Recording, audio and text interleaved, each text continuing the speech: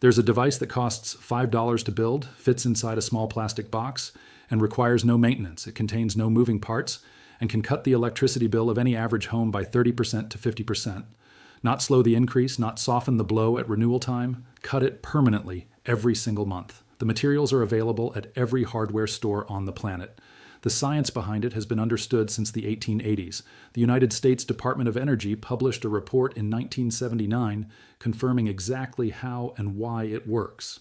And yet, if you walked into any energy efficiency consultation today, sat across from a licensed electrician, or called your utility company, every single one of them would either go silent, change the subject, or tell you it does not work. It works. It has always worked. And what I am about to show you is why that silence is not an accident.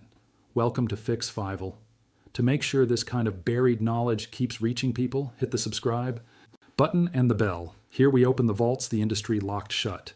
Now let me take you back to where this all begins. The year is 1887, and a Serbian-American inventor named Nikola Tesla is working in a cramped laboratory on South Fifth Avenue in New York City. Tesla has already stunned the scientific world with his development of alternating current. But Tesla is not satisfied with simply generating electricity. He is obsessed with something the industry considers a nuisance. He is obsessed with waste. Tesla noticed something engineers were glossing over. When alternating current flows, not all of the electricity build is actually converted into useful work.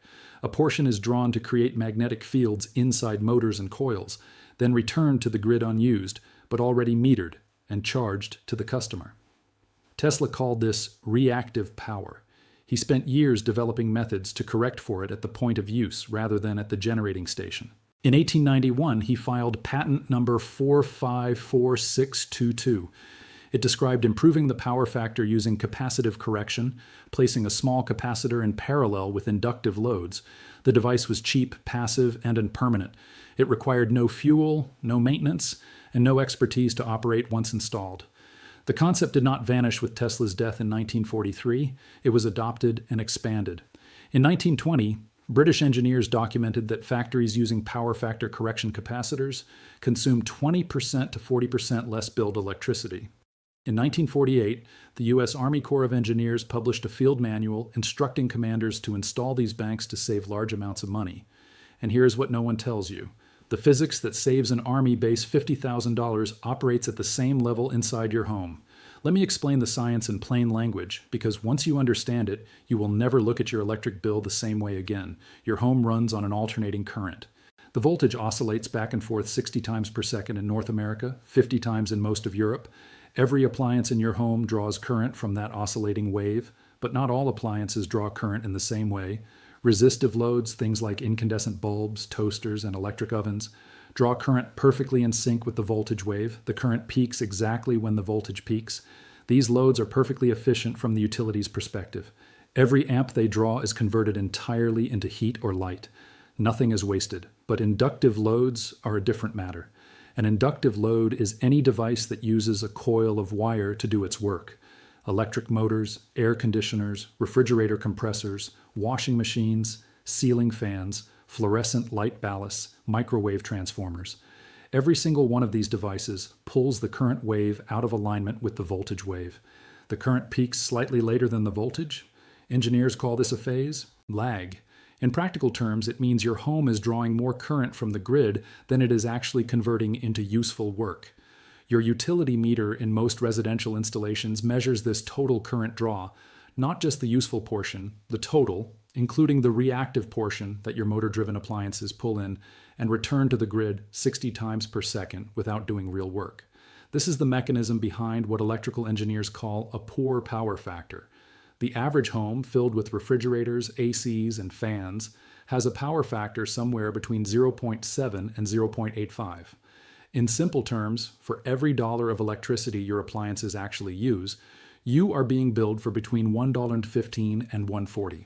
The gap between what you use and what you pay for is the reactive power penalty, and it is invisible on your bill. Now here's where the $5 device enters the picture. A capacitor does the opposite of what an inductive coil does.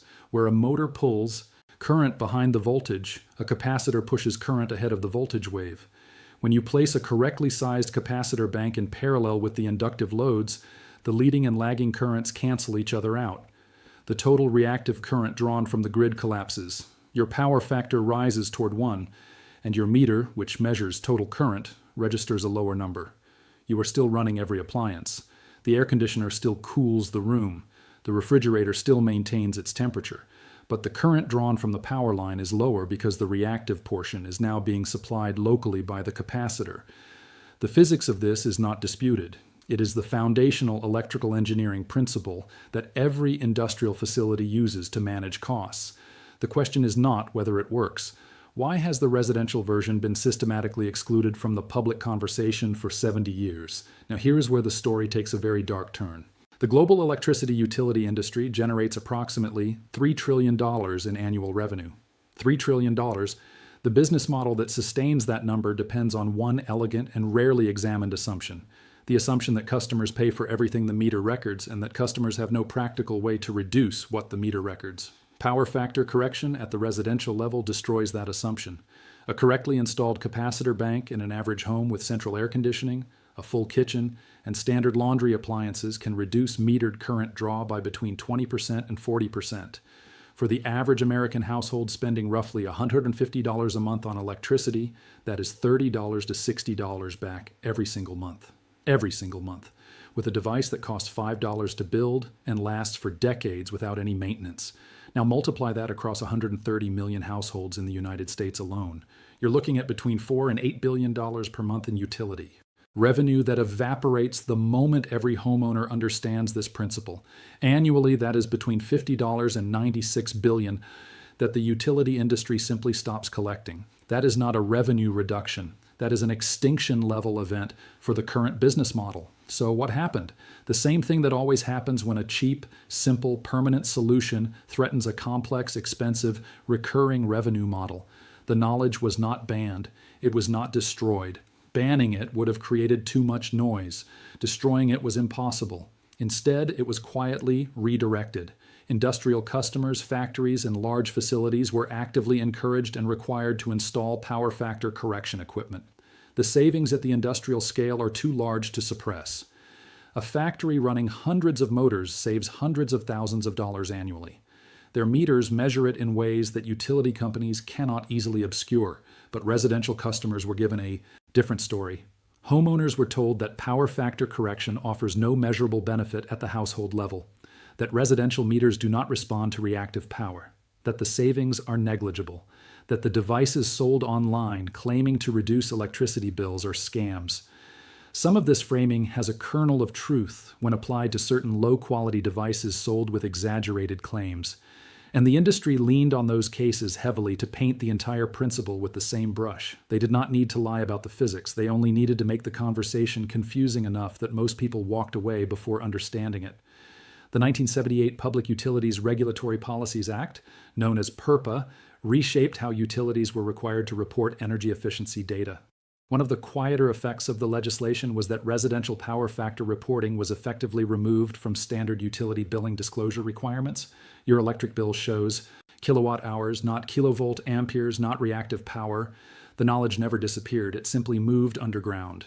In DIY electrical communities across Europe, where residential electricity prices are among the highest in the world, homeowners have been building their own systems. They have been installing capacitor correction banks for decades. Forums on German electrical engineering communities dating back to the early internet era document these installations. These installations showed measured savings between 25% and 40% on monthly bills. In 2009, electrical engineering students at the University of Queensland in Australia conducted a controlled experiment on identical residential units. One unit was fitted with a passive capacitor correction bank. The other was left unmodified. Over 6 months, the corrected unit showed consistent reduction. The study showed a 31% reduction in metered current. It was published in the Australian Journal of Electrical and Electronics Engineering. Despite the findings, the study was cited by exactly 0 commercial energy efficiency product manufacturers. In rural communities across Southeast Asia, where power quality is inconsistent, locally built capacitor correction units are a common feature. In the Philippines, Thailand, and Vietnam, the knowledge is passed between electricians like blacksmith techniques were passed in medieval workshops. This transmission happens directly between people who needed the solution and were not waiting for corporate permission to use it. A retired electrical engineer in rural Ohio documented his own installation on a DIY home improvement forum in 2017. His home ran a central air conditioning unit, a heat pump water heater, a chest freezer, a well pump, and standard appliances. He sourced run capacitors from a supply company, assembled a simple parallel correction bank, and installed it at his main panel. His next 12 months of utility bills showed an average reduction of 33% compared to the same period the previous year. His total investment was $480 in capacitors and approximately 2 hours of work. He posted the utility bill comparison, wiring diagrams, and load calculations.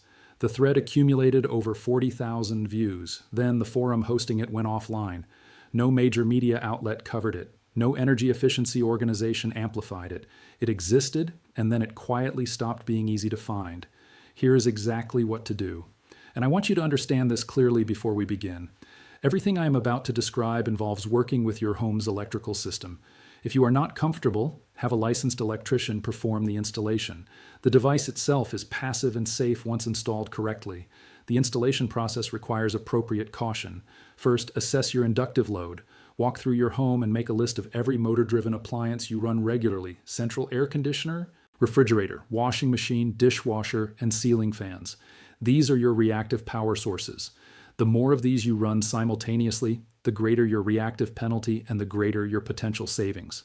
Second, purchase run capacitors, not start capacitors. Run capacitors. The distinction matters. Run capacitors are rated for continuous operation. For a typical American home, you will want capacitors in the range of 15 to 40 microfarads, rated for 400 V or higher. Any HVAC supply company sells them. Online, you can source them for between $1 and $3 per unit. A correction bank for an average home requires 2 to 4 capacitors connected in parallel. Third, connect the capacitors in parallel at your main panel. Each capacitor connects between one hot leg and neutral. The capacitors are passive. They draw no power. They store and release reactive current locally, supplying the demand of your inductive loads. Fourth, measure your results. Take a photo of your utility meter before installation and after. Compare your monthly bills over 3 to 6 months. The change in meter consumption is real, measurable, and consistent. Total cost for materials, $3 to $5. Total time for installation, 90 minutes to 2 hours. Effective lifespan, 20 to 30 years with zero maintenance required. For campers and off-grid users, the same principle applies at the 12V scale.